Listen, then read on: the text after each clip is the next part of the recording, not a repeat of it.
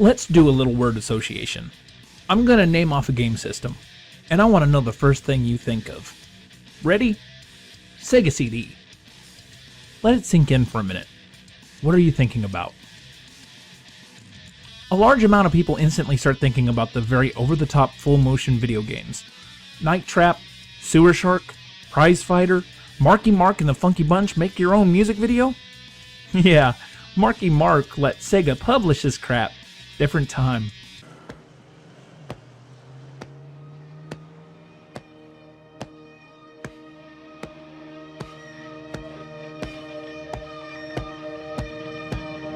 Man, I miss those days.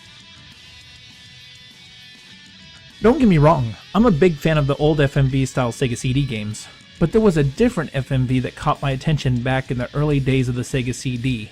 So, while you're playing Ground Zero Texas or Tomcat Alley, I was playing this very linear but oddly entertaining game.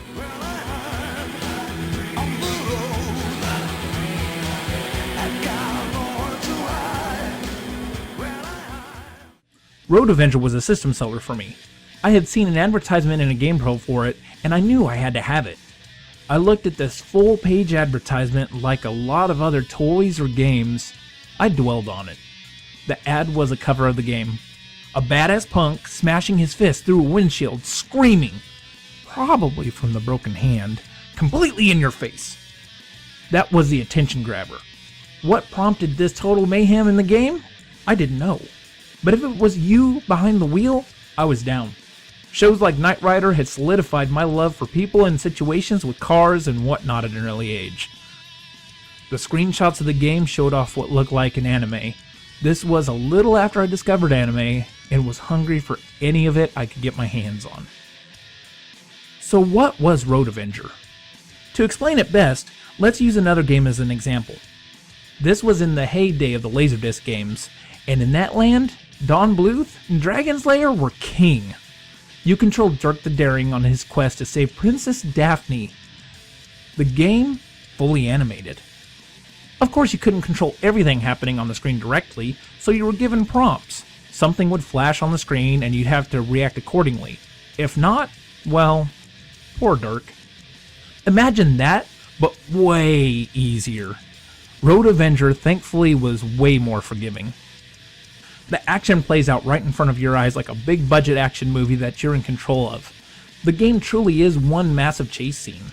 Depending on what difficulty you played it on, you were given prompts and beeps to let you know to hit right, left, use turbo, or brake. The game is a bit forgiving in the earlier levels, but as you get to the end, it hardly gives you time to react before you are easily treated to a death scene.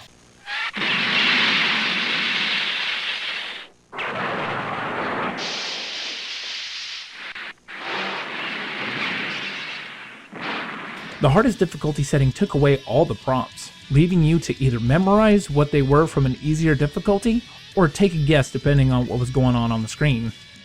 With so much carnage happening all at once in the game, that was way easier said than done.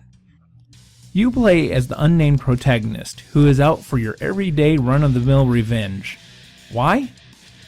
Well, in the intro we see a newlywed couple driving to their new married life when street thugs, who hilariously call themselves Scum.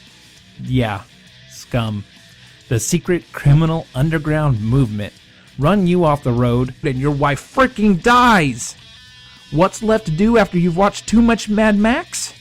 Get the leathers on, pop on some driving gloves, bust out Billy and Jimmy Lee's souped up ride and hit the road for some vigilante justice. No joke. Same car. Why? 'Cause same director. Bet you didn't know that. So why should you play this game? Simply put, Road Avenger is oddly entertaining, even if it only has 30 minutes of animation. That obviously makes it a very short game. The game does ramp up in difficulty though, so you'll be at it longer than 30 minutes, even if it isn't too much longer. It was a challenge though. Road Avenger will test your reflexes really well and sometimes proves to you that you don't quite have those cat-like reflexes that you thought you had. For a game this old, it's a pretty seamless experience and there's something about it that just seems to give the game life. Road Avenger wasn't just out on the Sega CD. It was originally, like Dragon's Lair, a Laserdisc game, and honestly, it still looks better than the Sega CD's version, but I've played it on the Sega CD, so that's where my love lies. Unfortunately, the game lacks any true replayability. There are no alternate paths or endings. Once you've seen it once, you've seen the outcome every time. I'd go and play through the death scenes though, that adds a little bit more to the playtime.